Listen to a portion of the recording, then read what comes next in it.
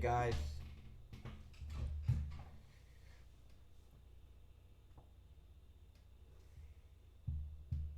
Hello everyone.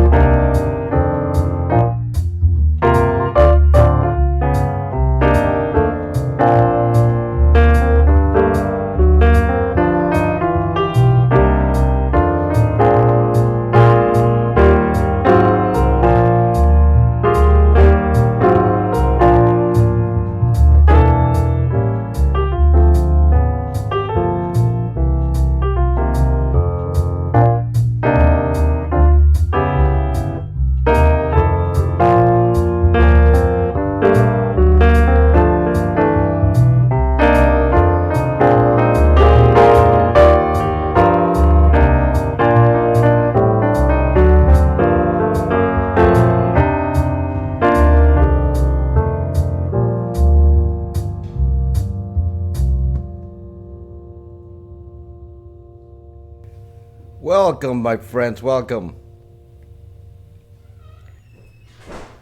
How are you tonight? We have a very interesting topic. Sound okay? Sound check. Is the sound okay? Nobody's saying anything. Can you just confirm if the signal is good?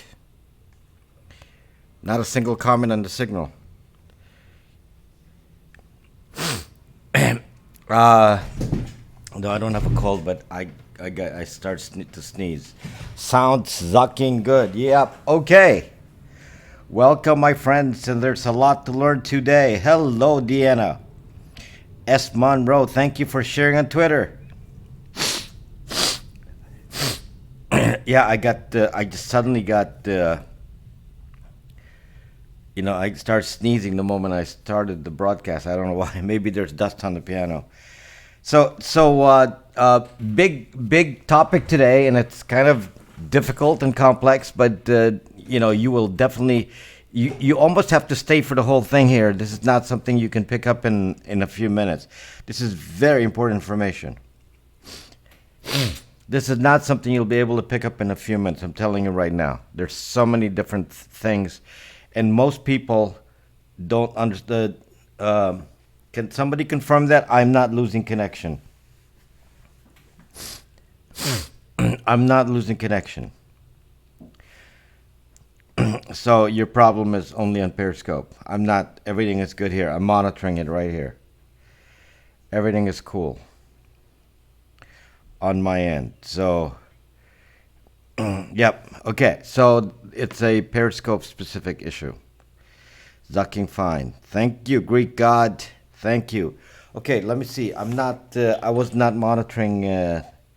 Like sometimes I forget to monitor. Brax.me. I can see Twitter. I mean Twitch. YouTube comments will come up. If you're on YouTube, I'm gonna see you. So if you're on YouTube, welcome. If you are on Brax.me, you're also watching YouTube. So you get counted there, but your comments are on YouTube specifically. And I see, Richard, EJ, and Donzo. Welcome on Brax. Anyway, guys, this is a topic that is kind of overdue because there's just so many things that people don't know and have no sucking understanding about hacking. They just have no idea. They have no idea about hacking. And some of the activities that many of you, hello John, and some of the activities that you do, you're actually putting yourself at risk if you don't know how to deal with passwords. Let me just tell you this, guys. Passwords are not going away. I've been doing some research on passwords and what would be cyberpunk. Rob, man, who said that? It's so tiny. Some people, Mancuso. Some people are. If you're not aware of how to use passwords, you may not realize that you're putting yourself at risk. I'll give you an example.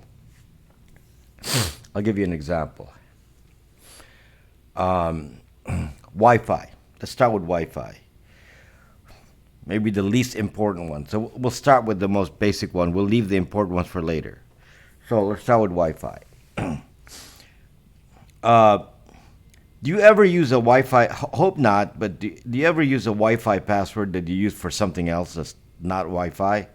Do you ever use a Wi-Fi password? Let's say that your Wi-Fi password is password 123. Do you use that same password to log into Facebook, to log into some other social media? Do any of you do any of you do that? Let me just explain that one of the things that you have to understand today, things you got to understand today is you need to partition your passwords into categories. There's not that many categories, but you have to make categories for your passwords. There's one thing you're going to learn today is how you're going to have to categorize the risk of where you use your password and use a certain password accordingly. Okay? That's what you're going to learn today. Is if you do this, you actually will promote your own safety. So as an example, this is something that most people don't realize, is that all Wi-Fi passwords can be hacked today. All Wi-Fi passwords can be hacked today. Now, this will hopefully change in a few months. But the earliest that you'd be able to say that this is not true for you may be April. Okay, this as of right now, every Wi-Fi in existence can be hacked. Depending on what kind of security you put on it, there's two kinds. One is called WEP, W-E-P, or WPA2. If you'd use WEP as your security method for your Wi-Fi, then pretty much you are going to be hacked in a minute. Okay? In a minute. It won't take long. If you use WPA2, you will be hacked as well. It'll just take a little longer. Not much longer, but a little longer. Okay? This is because there's the hack on WEP, which is what is used on your routers from long ago. That has been compromised for so many years that every hacker knows how to break into anything using web. So if your Wi-Fi defaults to a web password security, then you are truly zucked. You are truly zucked. Somebody can read that password in the open air. Okay? Basically, the way you hack that is you watch traffic, and the password is actually in the air. If you capture the transmissions in the air, you will be no biometrics won't obsolete passwords. There's a problem with us too. Biometrics will never change passwords. That's one. There's some there. We will always have passwords, unfortunately. So thinking about is there some other solution, and nobody's been able to come up with one. That's easy. That's as easy as a password. Every other option has been more complex. Okay, so as an example, again, talking about Wi-Fi first. Talking about Wi-Fi first. I don't have a cold, EJ. That's I just got an allergy that just triggered when I stepped near the piano. I always use my Bytes VPN given the state of Wi-Fi. That's good. With VPN on, is traffic still seen? No. With a VPN on, traffic is not seen. I hate passwords. Okay, so the other way that you can transmit data use a password on Wi-Fi is called WPA2. That is the one that is the current standard. WPA2 was hacked a year ago. WPA2 was hacked a year ago. Somebody came up with a hack. It's called crack. Bad day for you. Had to give my password for T-Mobile to extend a payment arrangement. Change the password. WPA2 has been hacked. Hello, Jane. How are you doing, my good friend? Longtime friend, Jane. WPA2 has been hacked from a year ago, and that has made every WPA2 router vulnerable, which is about all of them. So that means 100% of any new router. Is anyone planning on buying a router right now? If you're planning on buying a router because your current one is not performing, I would advise that you wait. You wait. You may have to wait a few months. Don't buy a router right now. And why is that? You have to wait for WPA3 routers. WPA3. They're not out yet. Okay? WPA3. There are no precautions for WPA2 hack other than to keep changing your password. If you're afraid of a WPA2 hack, the only effect of the effect of a WPA2 hack on your router means that somebody can use your router. If you're afraid of traffic being seen, use a VPN. Use a VPN, then your traffic is not seen, even if they're on your same router. So if your neighbor hacks into your router, which they can, the spelling of crack is K-R-A-C-K, not C. The crack hack. Okay? The crack hack begins with K. Okay? So, hello, Howard. Will ISP automatically give us WPA3? No, Maui. Absolutely not. No. No. Okay, so this is the story with WPA3. Boy, you're going to learn a lot today.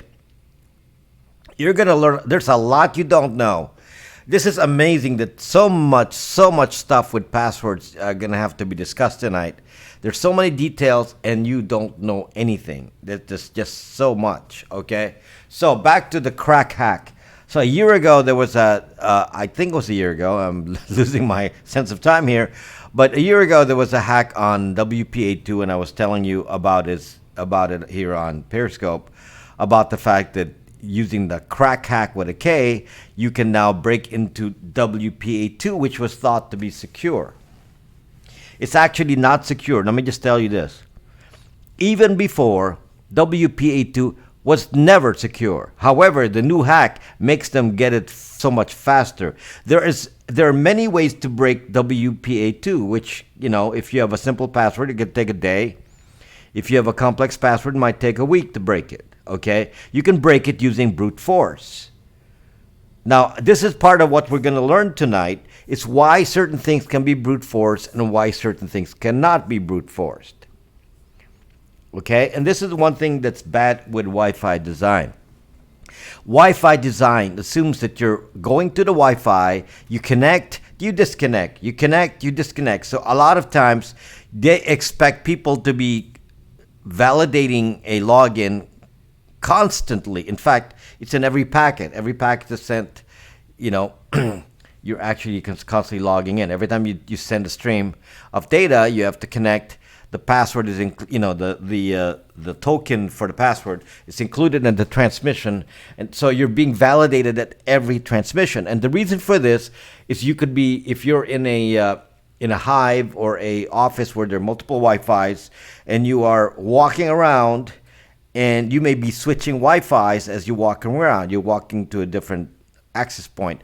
So it's designed for this multiple logon situation. It's designed for people to disconnect. Well, that is the main flaw with Wi-Fi. And this is something you will learn today. I mean, you're going to stress your brain today with learning some of these facts. When your Wi-Fi can accept multiple connections, it means you can barrage a Wi-Fi with millions and millions of attempts at login. It will not zucking complain. A Wi-Fi will not complain even if you send it millions and millions of tries of passwords. It will not complain. So it doesn't matter how many times you send it. It will say, okay, rejected, and then accept the next one, and say rejected, and on and on and on. And this is why, and it does it very quickly. This is why you can hack Wi-Fi, because all you have to do is run it through these brute force attack programs that will just keep sending every password possibility. Now, the way that they do this, they designed a router that does that, that does not do that. It's called WPA3. I'm gonna get tired. Yeah, there's a guy inside the router, and it's like, oh, that's like lifting weights doing passwords. It's hard. It's a flaw in the design of the software, but it was made for Wi-Fi to function. The people who designed the Wi-Fi weren't hackers. So the hackers, know how to if you understand when you can use brute force and when you cannot, this is the biggest important lesson of today. Certain things you can brute force, certain things you cannot. And if you can brute force something, then basically the password is useless. Yes, Bytes VPN will protect you because even if they can break into your router and access your network, they can't do a man in the middle if you're in a VPN. A VPN blocks man in the middle. Hackers are not stupid. A VPN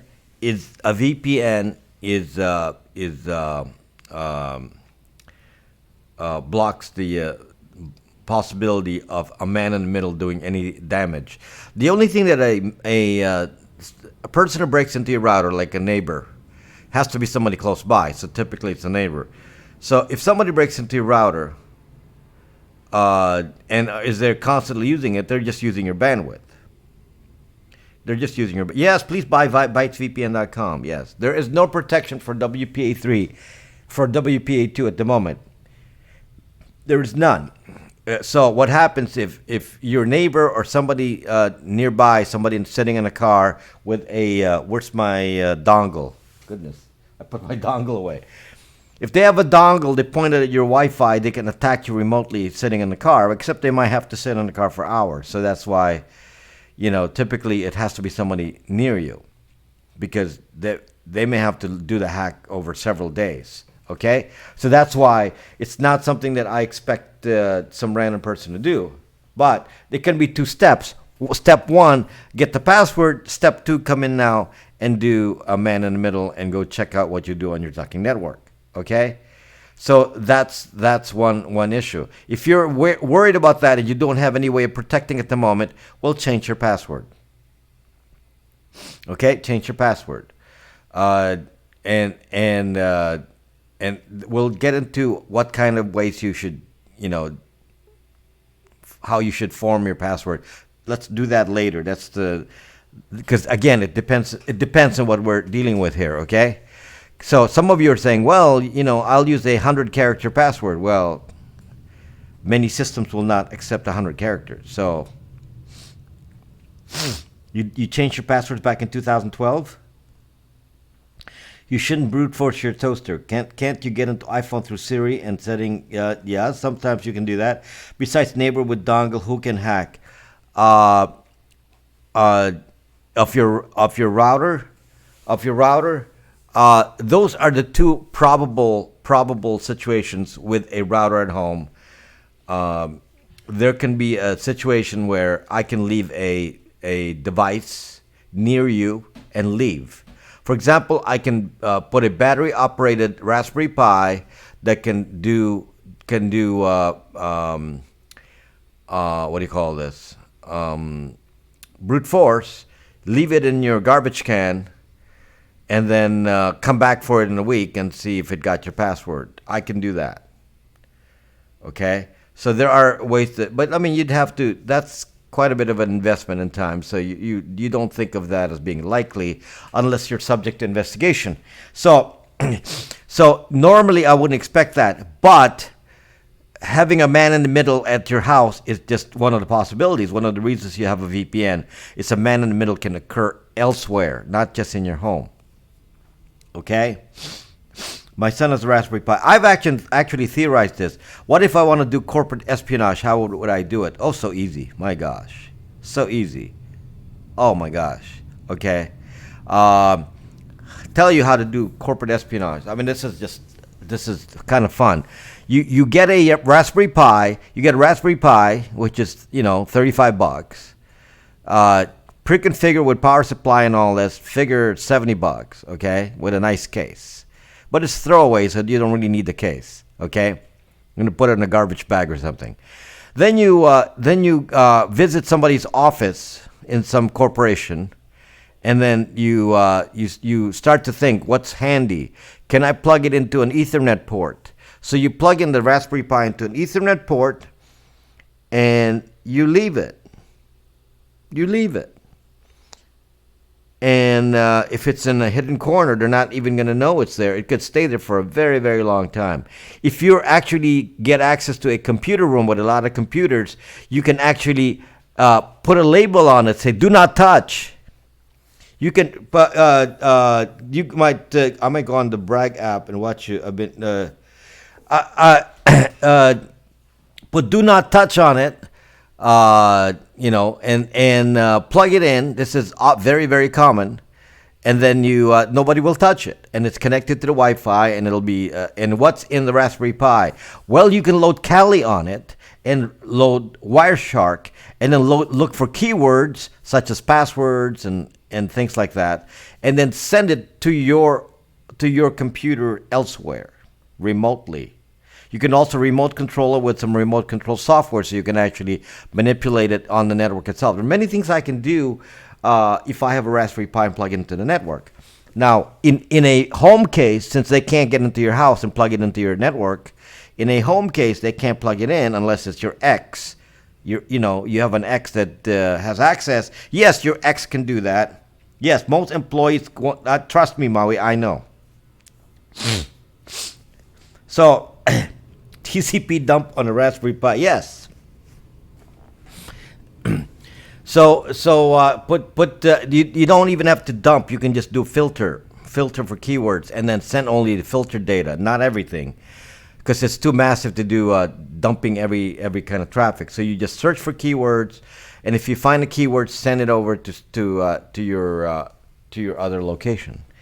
and then you can do things related to man in the middle hacking and so on. There's many things you can do here.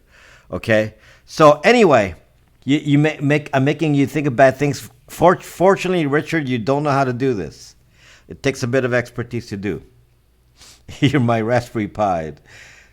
I just got a jumbo hotspot, which is a Raspberry Pi. The weak link in security is people. Yes. So, but that's not our topic today. Our topic is passwords, and the weak link today is understanding what passwords are for. Passwords are not equal. Passwords are not. That's the command line version. T-Shark. Okay. Thank you, Linux Canada Jeff. I've never used I've used the full Wireshark on a Raspberry Pi. I've not worried about a command line version. So we will set aside the idea of man-in-the-middle attacks and all that. We're just talking about Wi-Fi's themselves. So why do I say hold off buying a router if you're thinking about getting a router? Because WPA3 is not yet supported by your computer. So they came up, Twin Mom, I just have an allergy being near the piano. I don't know why I just got it. I can't find my tissue paper. Maybe somebody will give me a tissue paper.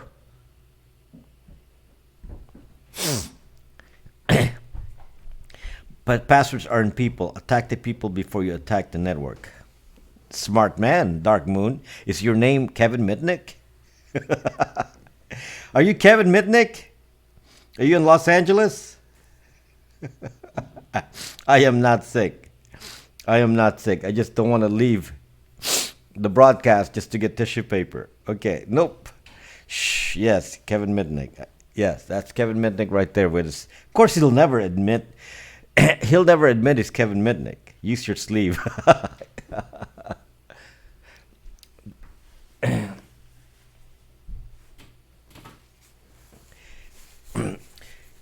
Yep.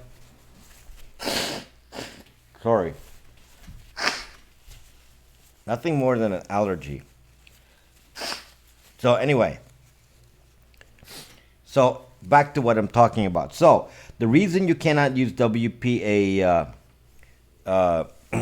the reason you cannot use WPA3, people, is because in order for WPA3 to work this new way, they don't want you to be able to downgrade from WPA3 to WPA2.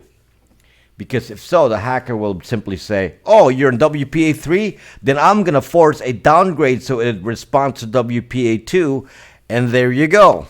Then I got you in WPA2, then I can do the crack hack. Okay? So they need to make sure that if you connect on WPA3, you stay on WPA3. This is the new standard that they developed. And they've... and they actually are making devices now that do WPA3.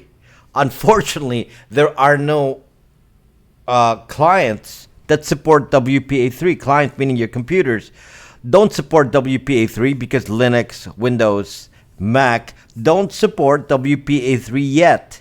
So, here's the news, people. You come for me for tech news. You don't go to Alex Pettit for tech news. You come to me. Okay. How could a downgrade happen? It happens all the time in many new standards. When it detects that you can't handle a standard, they can by software they say, oh, you can't connect this way, then connect another way. You can't do that with WPA2 because WPA2 is zucked up. So you can't force a downgrade. So if you can't connect with WPA3, you should say no connection. That's the way it should be designed. So that's what they're working on. Well, guess what?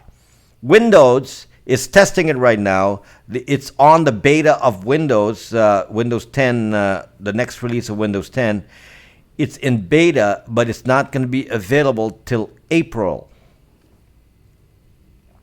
If you're a beta tester, you may be able to test WPA3, but if you're, production kind of guy, then you're not going to be able to get WPA3 till April, and that's for Windows. I don't know when it's going to be available for Mac, for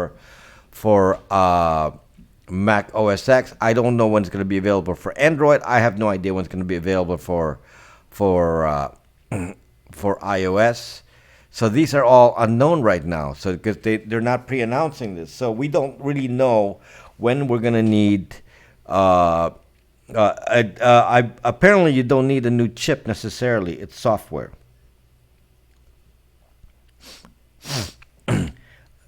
So apparently it will be software based.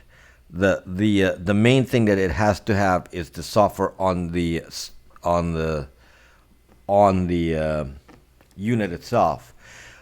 Can this be just be a firmware change? I believe it's mostly firmware. Yes.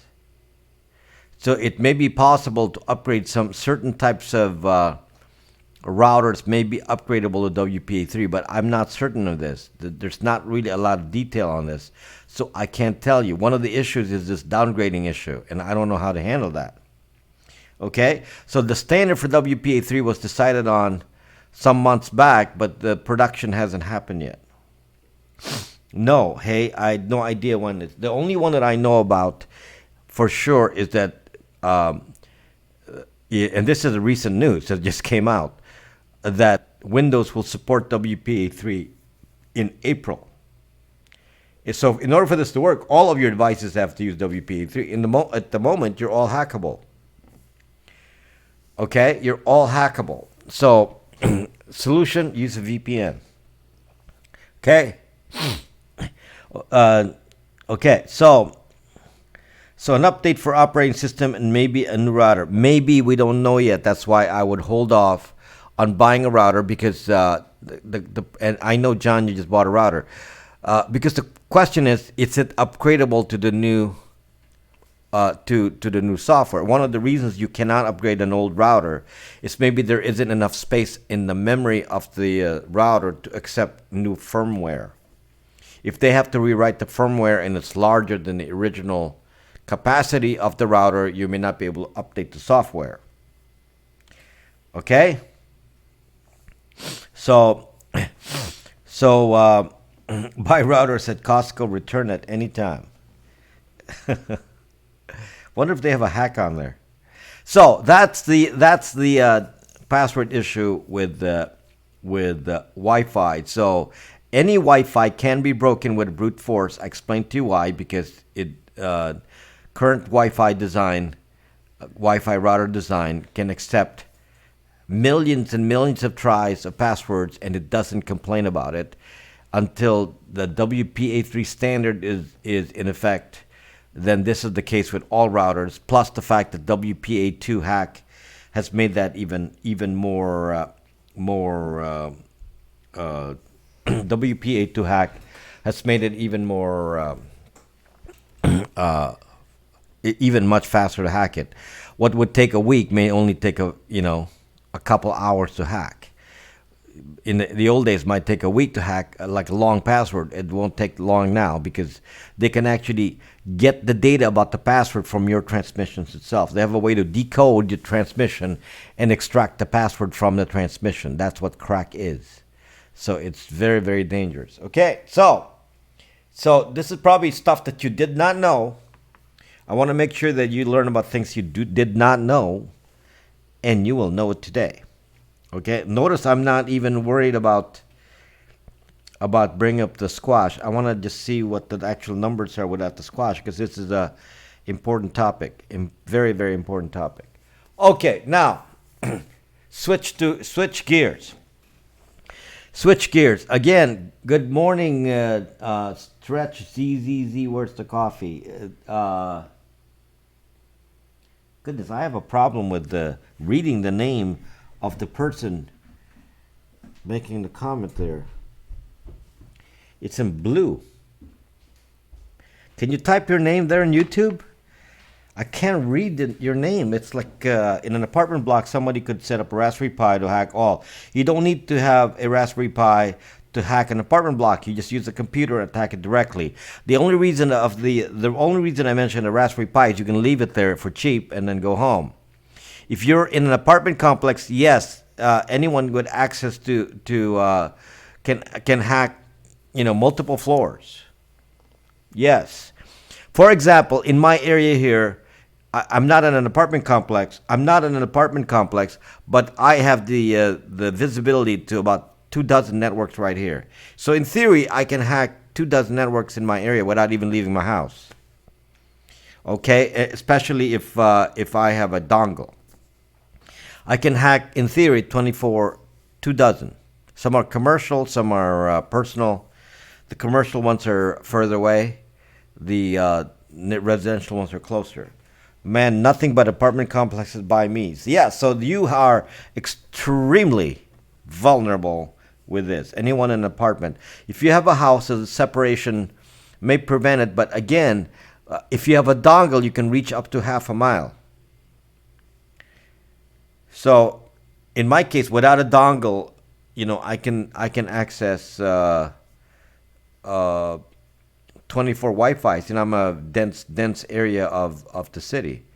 Okay, if there are apartment complexes near me, and if I actually get close to them, I might have hundreds of Wi-Fi's. Hey, that's why I use a dongle. Dongle can amplify that. Okay, so I want to leave this topic now of Wi-Fi's and get into something much more basic. Now, this is a scenario I've talked to Maui about this Maui Club here many times because this is such a common problem, and it shows the lack of understanding about passwords and what they're used for. Have any of you thought to encrypt a file, such as using PKZip? Encrypt the file with PKZip and send it to somebody. I can't imagine that somebody actually did that with a hacking tool from the CIA. They actually said, here's the file, or was it WikiLeaks? Here's the file. We'll give you the password at X time. In the meantime, here's the file. Well, if you gave them the file, you don't need the zucking password. Okay, if you gave somebody a file, you don't need a password. So let me just make sure you understand this, because this is kind of like something that you need to Sub Sam. This is for techies to do. Sub Sam is not for the average person to use a dongle and hack. Okay, that's for somebody on Kali Linux and doing all that kind of stuff. Okay, that's no. You're gonna have to go find that information yourself if you want to hack somebody. I'm not gonna tell you how to hack. Anyway, the example I will give you is an accountant. So here we are in 2019. I've been warning accountants every year about this, and I'm going to warn you again. Any accountants in here? Anyone dealing with accountants in here? Okay, what happens when you have your tax return done by somebody and they need to pass you the data, or you need to pass them data? You need to pass them your forms, W-4s, W-2s, on and on and on, W-9s, I-9s, and whatever else you need to pass on to some past tax returns. How do you send that over the zucking internet? Please tell me how you send that over the internet. Come on, people. Answer.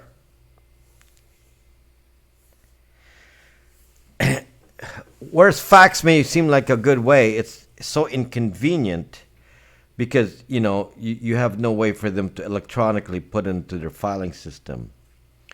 Okay, how do you send a file with your tax data? And some of you are applying for college. How do you send that data? Some of them require income proof. How would you send it to the university? How would you send any kind of file related to tax returns, proof of income, and so on and so forth? How would you do it? So you need to understand. This is extremely important what I'm going to tell you today. This is extremely important what I'm going to tell you today. Okay? Just make your own Enigma machine. Okay. If you're going to send a file through email, encrypted using PKZip with a password, um, you just wasted your time. Okay, I'm going to give you a real example here. Okay, real example. Because this is what my accountant was doing to me. So my accountant said, here's your tax return. I just completed your tax return. Here is your tax return. I'm going to email it to you. And then it noted on the email, your password to the file is the last 4 digits of your Social Security number.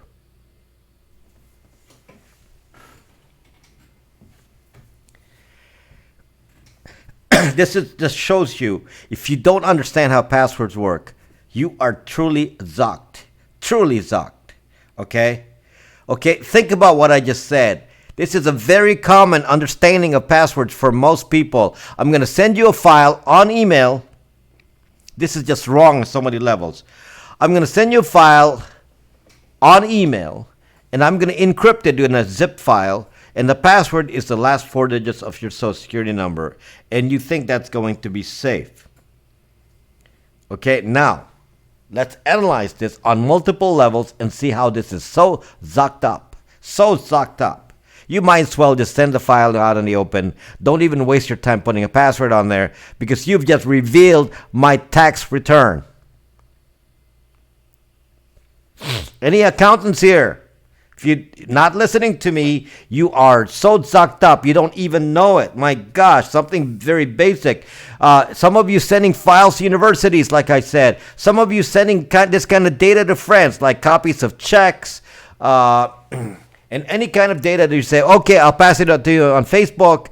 But I'll make sure to encrypt it, and you can decrypt it with the with your street address number, your house number.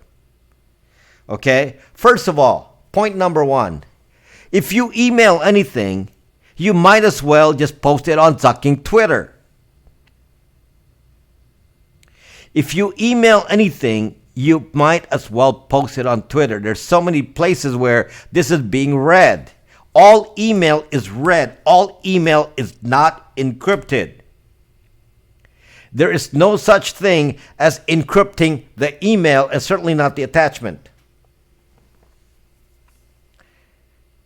You can encrypt the body with some complex procedure with PGP, but that's it. Okay? So for most of typical usage that we're concerned about here, for the average person, you must consider email to be a zucking postcard. Now, I'm going to tell you right now, this is something I've revealed in many, many scopes before. There are peering exchanges from AT&T that are listening on email and sending that data to the National Zucking Agency.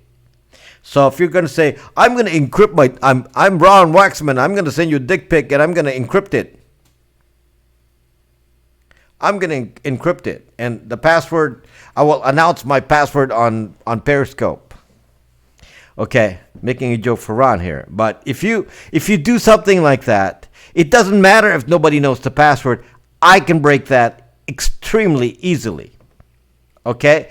First of all, you can easily capture an attachment on email. This is so fucking easily done. Attachments are sent on email using a encryption scheme, if you can call it that, called Base64, which is not really an encryption scheme. It's an encoding scheme.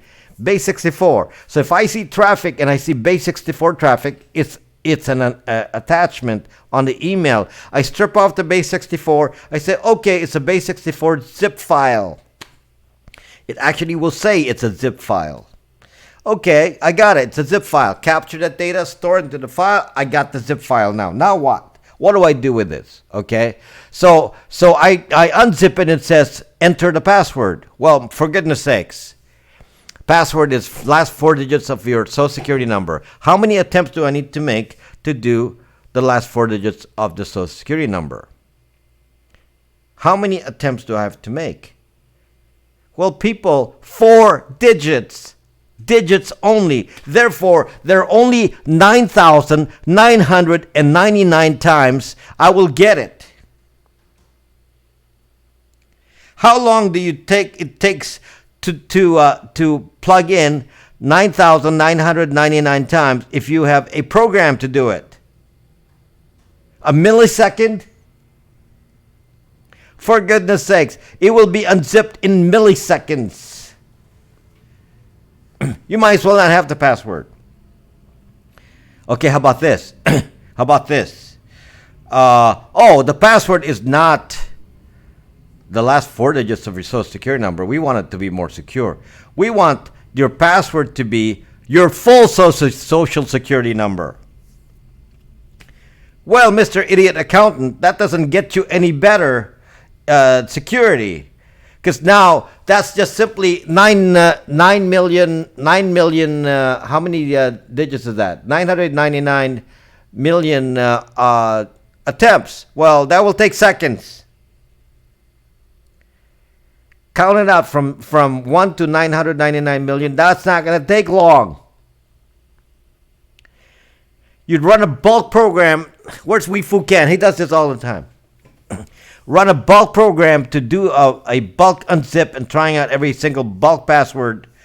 And it doesn't take long for a computer with a fast processor to in fact, they have websites where you can just send it to them and they'll do it for you for in seconds. Just rent their computer time to do it. Okay? And this will be done in seconds. They can even do this en masse. Just take every file that's ever been downloaded on the internet and just break passwords of zip files. And the only time they would slow it down if your password was extremely long and it was alphanumeric with special characters. That's about the only time that you would slow it down a little bit. But not forever. Okay? You can, if you have you have to understand something about password brute force that you've never understood before. If you have a physical file that you got from an email, from an attachment, you have the file, so a zip file, let's say, and you have it in your possession, you can run gazillion attempts at password cracking at that file, and nothing is going to stop you from doing it as fast as you want.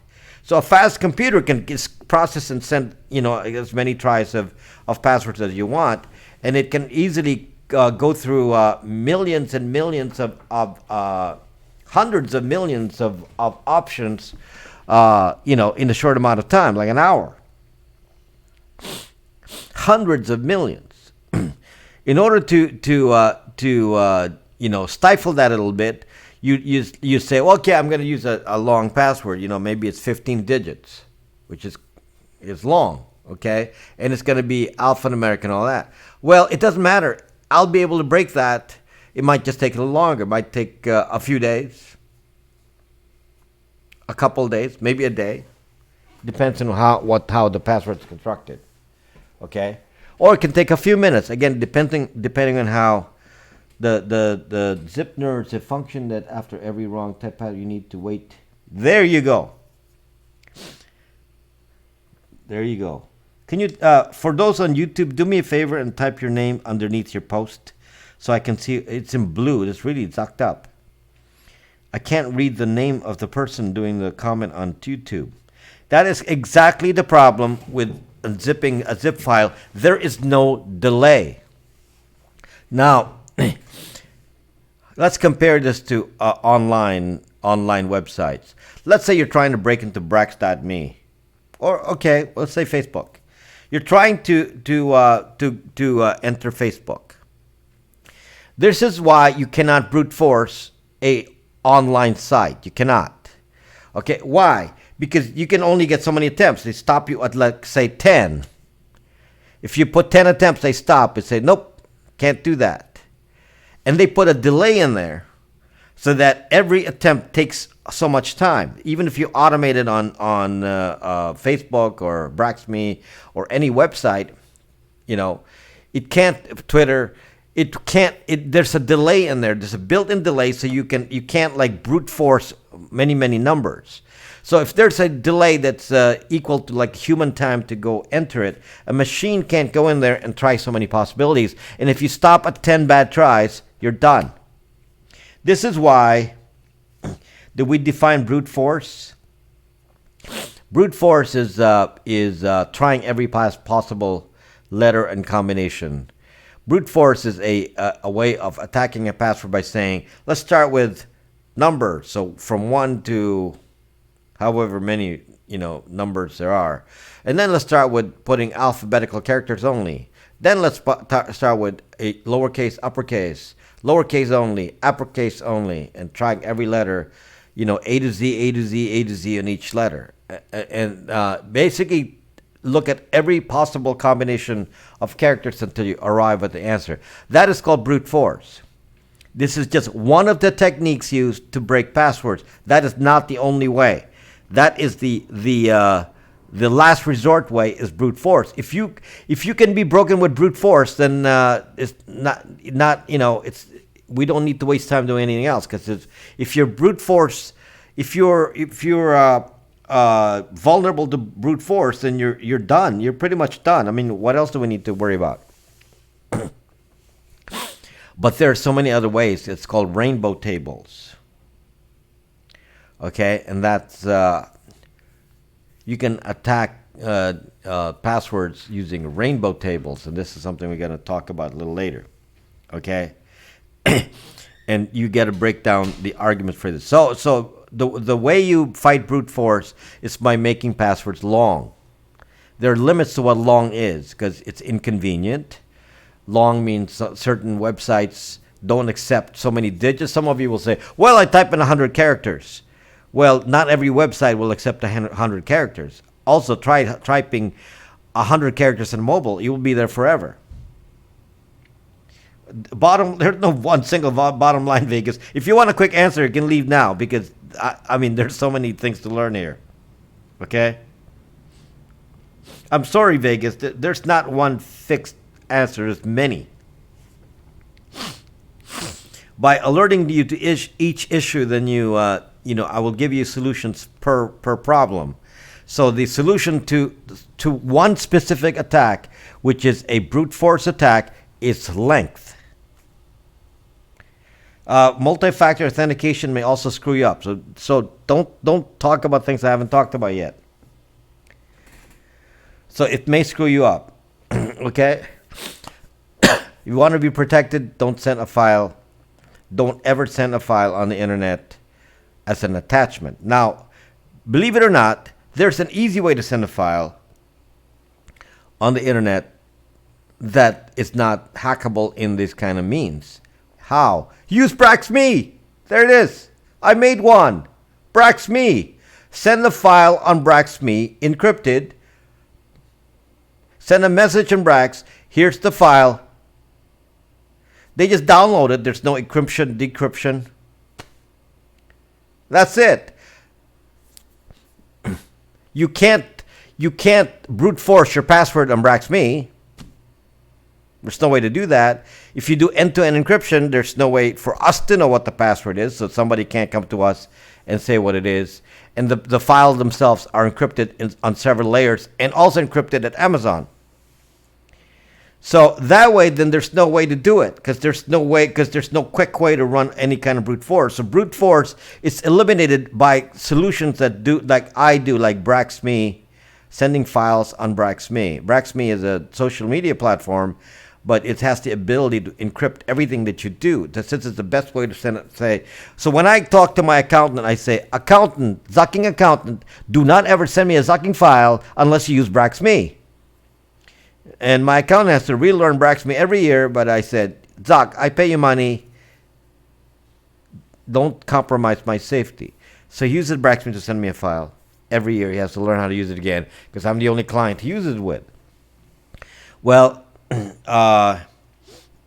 send a link to a folder which can then be read or downloaded. No, John. If you send a link to a folder, the link can be opened. That's why you send the link in an encrypted message. Okay, send the link in an encrypted message, and it can only be decrypted in Brax. Decrypted in Brax. If you're not in Brax, you can't decrypt it. So, why is your screen frozen, Ben? So I made a solution. So if you want a solution, that immediate solution, sending files to people, I did this to a university as well. This university said, you know, major university wanted some paperwork, and I said, I'm not going to send it to you by other means. You know, admissions department, I'm going to send it to you in Brax.me. It worked. Over, you know, years, I've been sending documents like that, and they didn't complain. Okay, so that's a solution, because again, you cannot brute force any cloud-based program, especially if it has end-to-end encryption.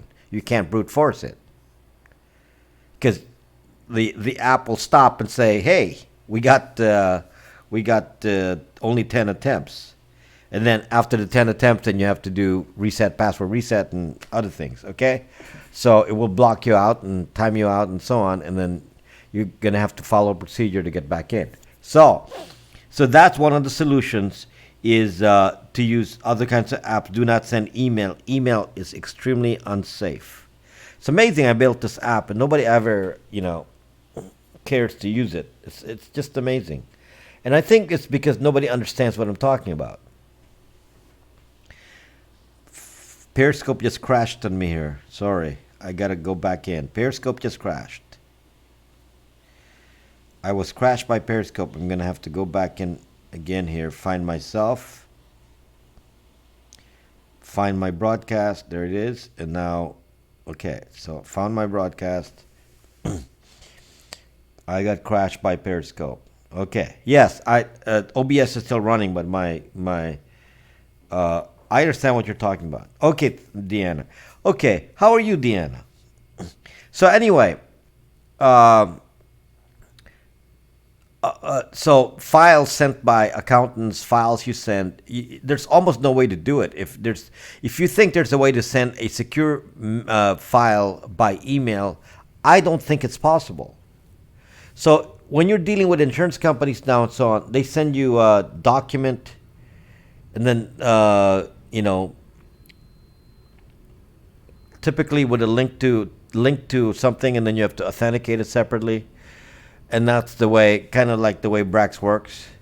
Glad to see you on YouTube. I don't scope much anymore. Who is that? I can't see your sucking name. Is that good? Doing good today. Thanks for night. Thank you.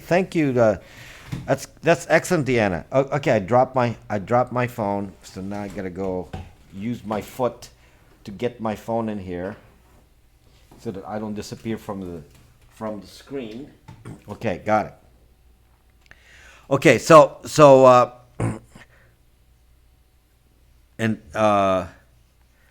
okay, so blue color, hard to read names on YouTube. Yes, it's very hard. I don't know how to change that. I'm gonna have to find. I may have to make the font bigger, because you know the blue is just impossible to read. My accountant ignored my request. She used Brax. Well, you know, why don't you have her send me an email with some random document, and then I will hack it and say, "You fucking idiot! This is what you're doing to your people." Okay. You're introducing liability. Okay? Now, you're not an idiot if you don't know this and you're learning this now, but if I'm telling you something like this Christie guy, okay? If I'm telling you something and then you ignore me, then you're an idiot. Because I'm telling you a fact, and if you don't understand the risk that I'm telling you, and you say, well, I don't really care what you say, I'll send attachments on email all day. And a lot of you in businesses do this, and it's like, are you sucked up? You know, the Chinese don't have any problem stealing intellectual property. This is the attitude in Silicon Valley. Many of the engineers and so on in Silicon Valley are you know, from different nations. They're immigrants. A lot of immigrants from India, from China, and so on are working in Silicon Valley. And they feel like if they have to encrypt something, then they they make themselves look guilty, and they make themselves look like zucking terrorists. Okay, we're zucking kelp. This is the kelp mentality. We can't hide our stuff with encryption because the government will suspect us of hiding something. Therefore, the answer is we do standard encryption, whatever people do use as a standard. So in business, a lot of files are sent with zip files that are encrypted with simple things like, I'm going to send you an email with the zip file, and then I'm going to send you another email with the password. Okay, this is so idiotic. I don't even know what to say. If I can read your first email, then obviously I can read your second email. I mean, how hard is that?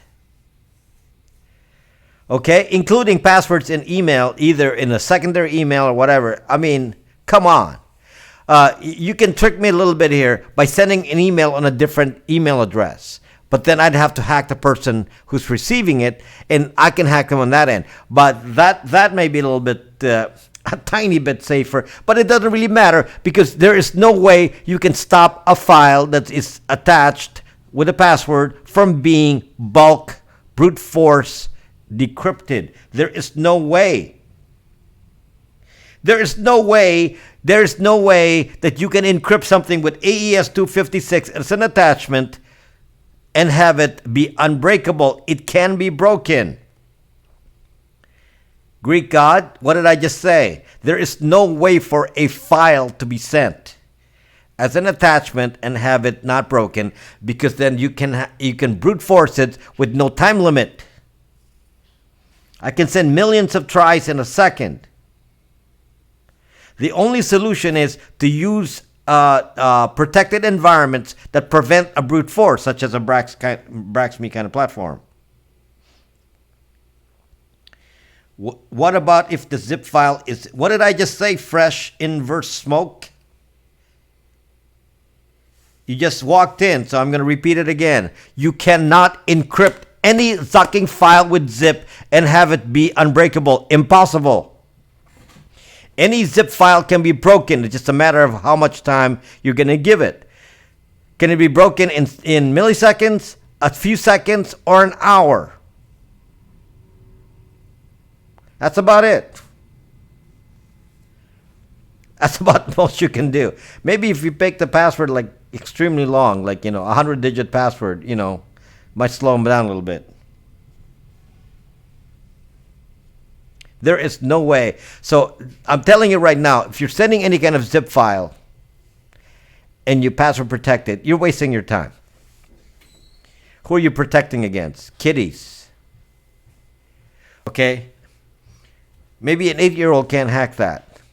A 10-year-old can hack it. Okay? An 8-year-old will say, well, I don't know how to hack that. A 10-year-old can hack it. Okay?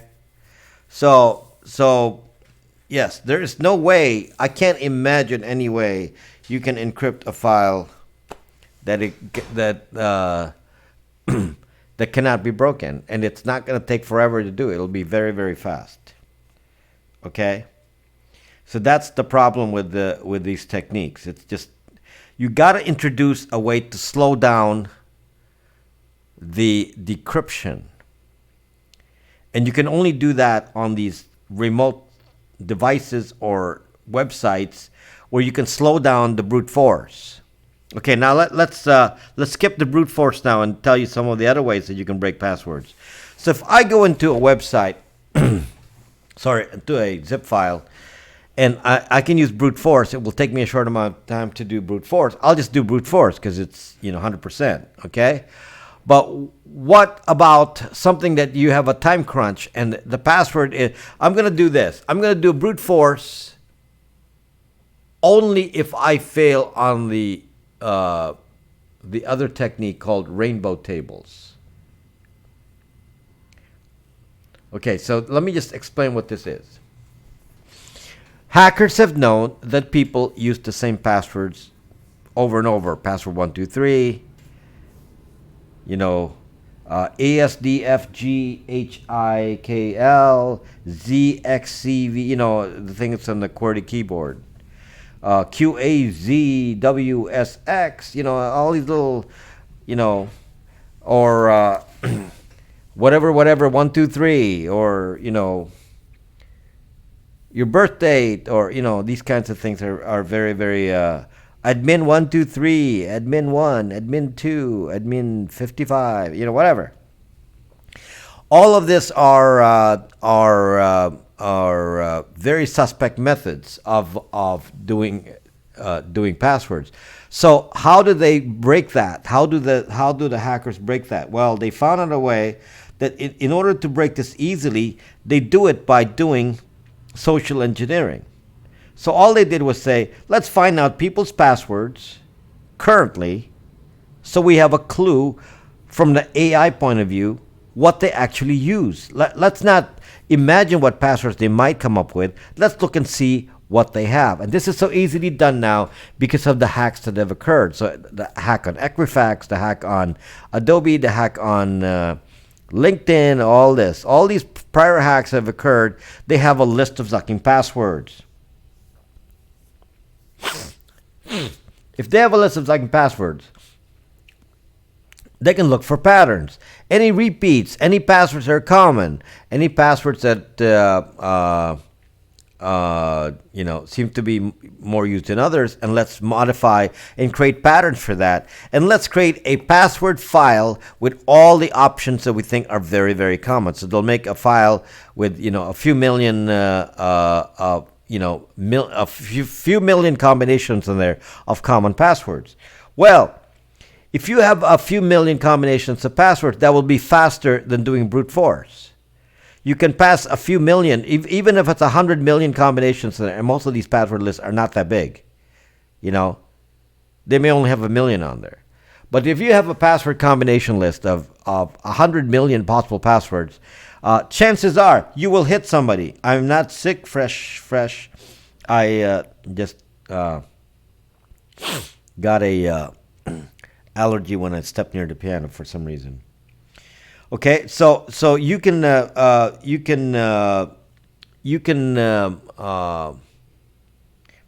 am I talking about? I got distracted and I forgot. The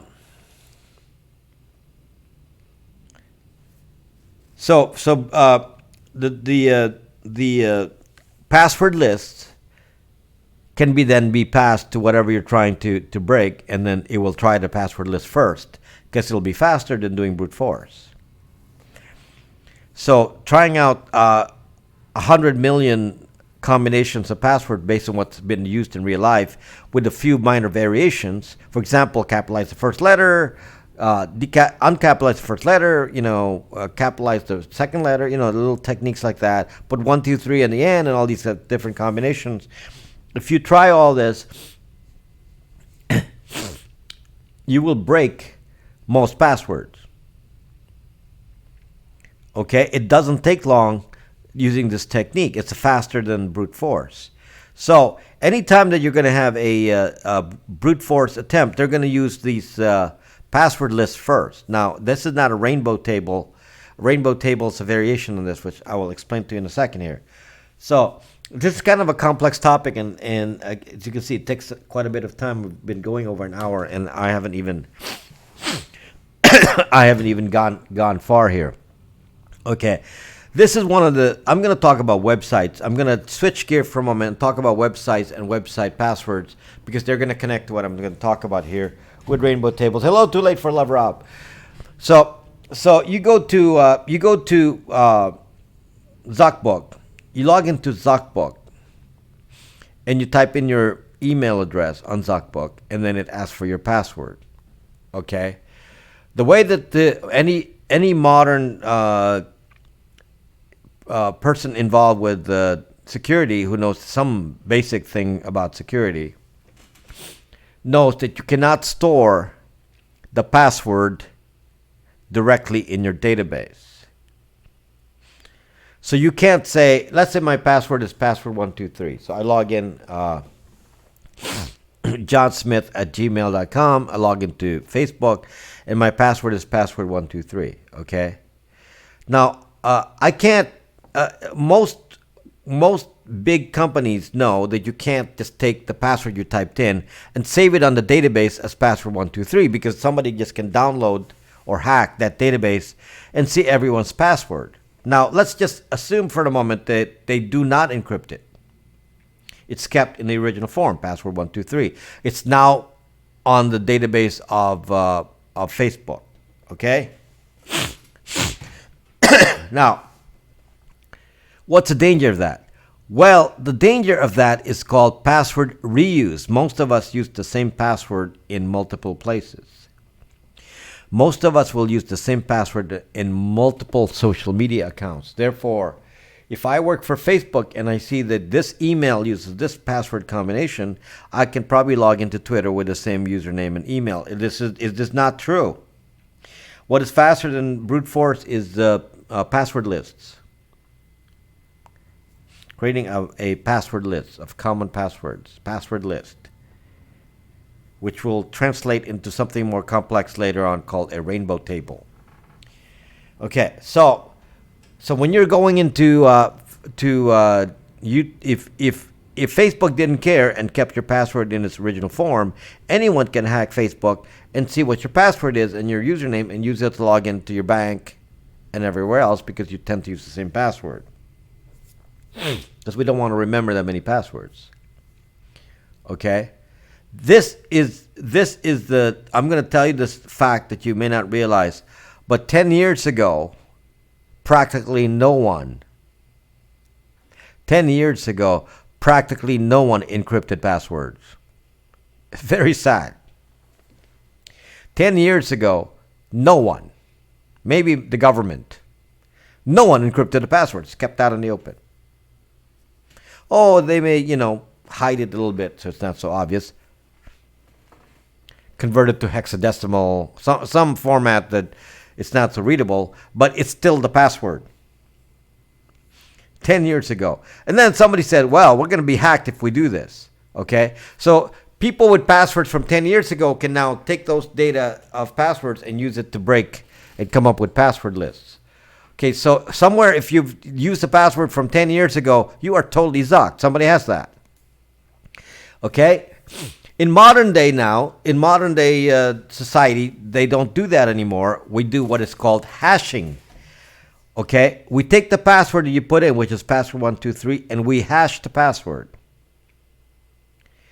This is the level 2, so to speak, of security. So most companies will now hash a password. So you actually don't store the original password, you hash it. What is a hash? It's a mathematical formula that converts the original password, password 123, in a bunch of digits that are unique to password 123. You cannot reverse it though. But anytime you hash password 123, you always come up with the same set of digits. There's never any collision. It will never repeat. It's a mathematical formula. It's called hashing, which is actually the basis of Bitcoin. Okay? That's how Bitcoin is made, with hashing. So, by storing a hash, you have a guarantee that the password, you know what the password is, because you can always compare. By hashing anything that somebody sends to you, you hash it, you compare it to the stored hash, and if the hash is matched, then you got the password correct. That's how it's done now. Okay? Well, not quite, but that's how it was done for a while. Okay? Many websites, again, have some and I mean semi-intelligent people in cybersecurity, and they're using hashing. The problem is that somebody knows that you can hash any set of passwords, so this is what they did, people. They took the same password list that somebody already made before and converted them into hashes. So now if you have a hashed, if you want to convert break passwords that have been hashed, all you have to do is compare it to the password list and pre-hash the password list, and you'll find matches in there. Okay? Very, very crazy thing. So what happened now is that now the password list that were in plain text, if you hash it, you can now compare it to any hash and say, these hashes match, therefore, what you typed in is password 123. So that's why you can still be easily broken with a hash. Then they came up with something called a level 3 protection, which is the current way. But a lot of websites still don't do this. A lot of apps, a lot of websites don't do this because they don't have any idea about cybersecurity. So a lot of websites still don't do this thing. It's called salting the hash, meaning you take the hash and you add some other value to it that is not known, and it doesn't match anyone randomly taking passwords and doing one mathematical action on it. So salting the hash means add another value that you know the website owner knows, but the other party doesn't know, and it will make the hash not match. That's called salting the hash. So this is, let me tell you what the value of what I'm talking about here, because you may not understand. This is not something that's maybe not clear to you. Okay, if you do not, if you go to a website that does not have any guy that knows anything about security, like you got somebody from India, doing basic programming, which they are doing this. It's fucking ridiculous because they don't know anything about doing this. And people say, make me a website with security. They do that and they make passwords. They're actually collecting passwords now in plain text. Then you have somebody who are a bit more advanced and are doing hashing, the second step. Only a few would be advanced enough to say, okay, we'll go hash your password. How does this pertain to you people? If you've ever entered a password into a website in category 1, the people that don't know how to do hashing, then your password is exposed. Somebody will have a copy of it, which can be used now to fill up these password lists. If you're in level 2, where it's semi-hashed, okay, they can compare that to rainbow tables. You're equally vulnerable. Only if you have advanced people who actually know cybersecurity will you be protected. The problem is you have password reuse. You use the same passwords in every website. You are sucked. If you use passwords in every website, you are zucked. Okay, I'm going to... I waited long enough for the squash. I'm going to have to bring the squash in now. Okay, do you understand what I said? Hey, this is very, very critical here. Very, very critical, okay? Very, very critical. Because there are different levels to how passwords are stored. Because there are different levels. Hello, Grind Creations. Because there are different levels to how passwords are stored. If you reuse a password, you could have put that same password in a low security site versus a high security site. This is why you have to grade your websites. You have to grade the websites that the applications that you go into, apps and websites.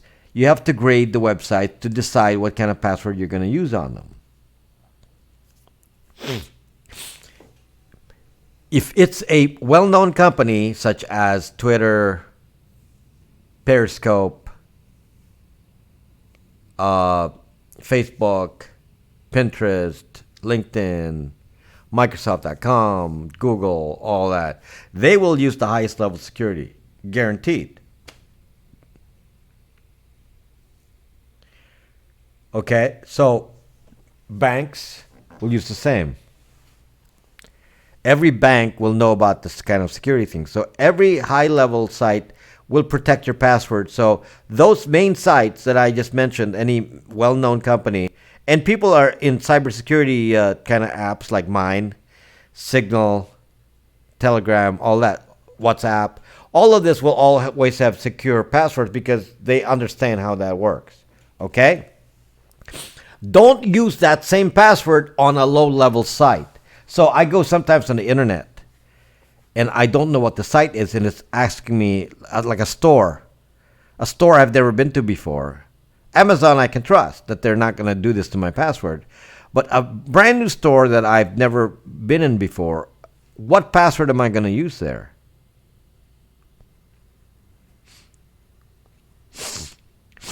What password I'm going to use when I go into a website that may not have the top level programmers that know about cybersecurity. This is why I told you this at the beginning of my scope.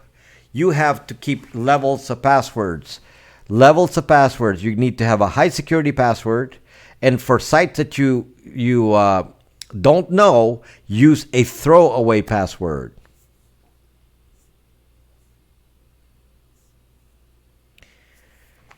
Use a throwaway password for sites you don't trust or don't know.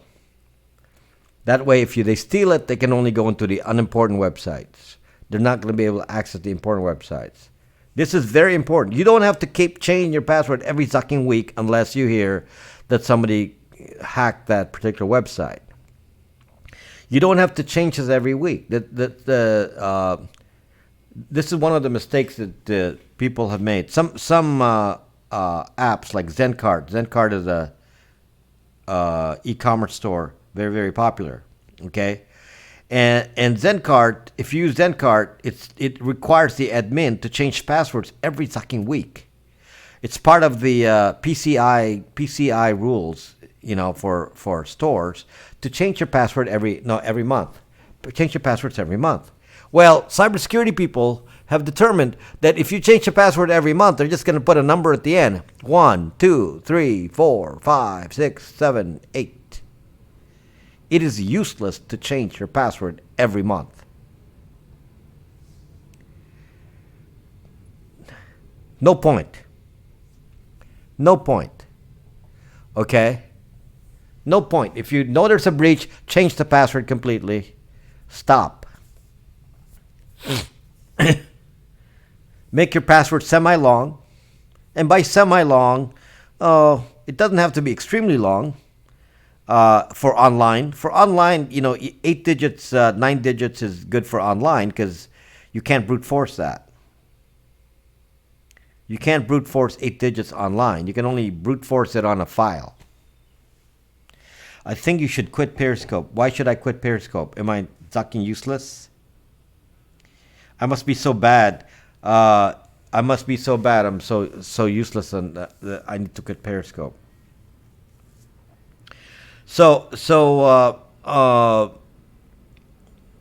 Okay. So, do you need to be excessive with your password?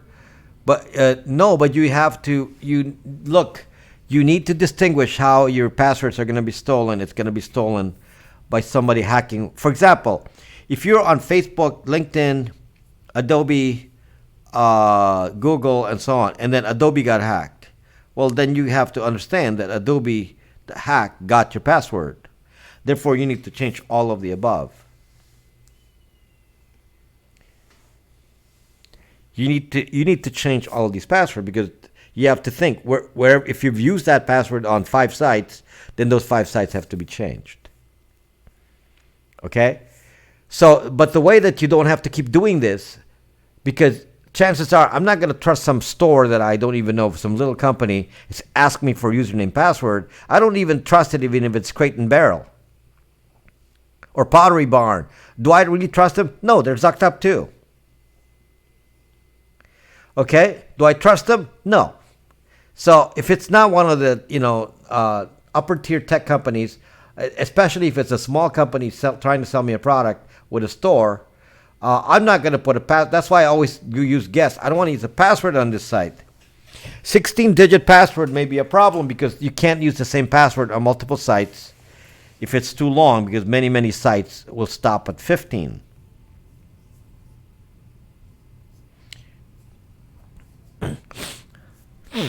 And then you'd have another password to remember. So you try to remember a This is why I hate password programs that say, we're going to fix a rule. Only on this website we require a capital letter here and 2 numbers and this and that.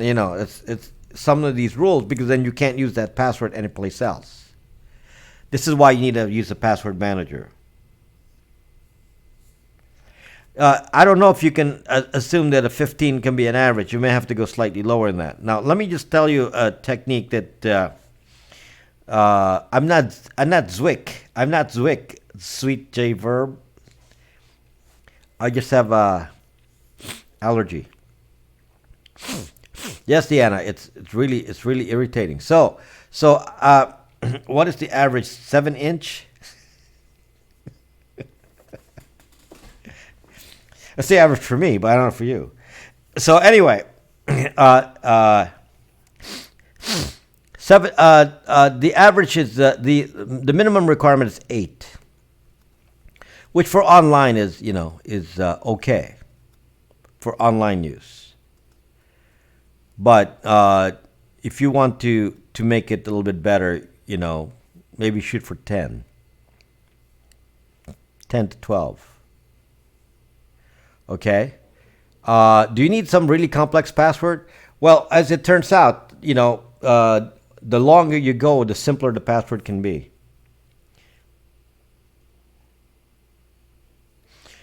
The longer you go, the simpler the password can be. Don't go with 4-digit passwords of any sort. I mean, goodness, it doesn't take much time to break that. Yes, Kelp, that's a good idea. So if the password is for a stupid website I don't know, then I'm going to make a password 123, because I don't care if you Zuck and steal it. I'm not revealing anything. So for stupid websites, yeah, use password 123. For advanced websites like banks and so on, use something more complex. Okay?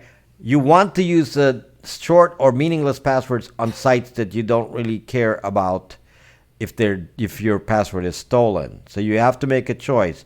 If you go to a website that is not that doesn't have any security, your password will likely get stolen, so be aware of it.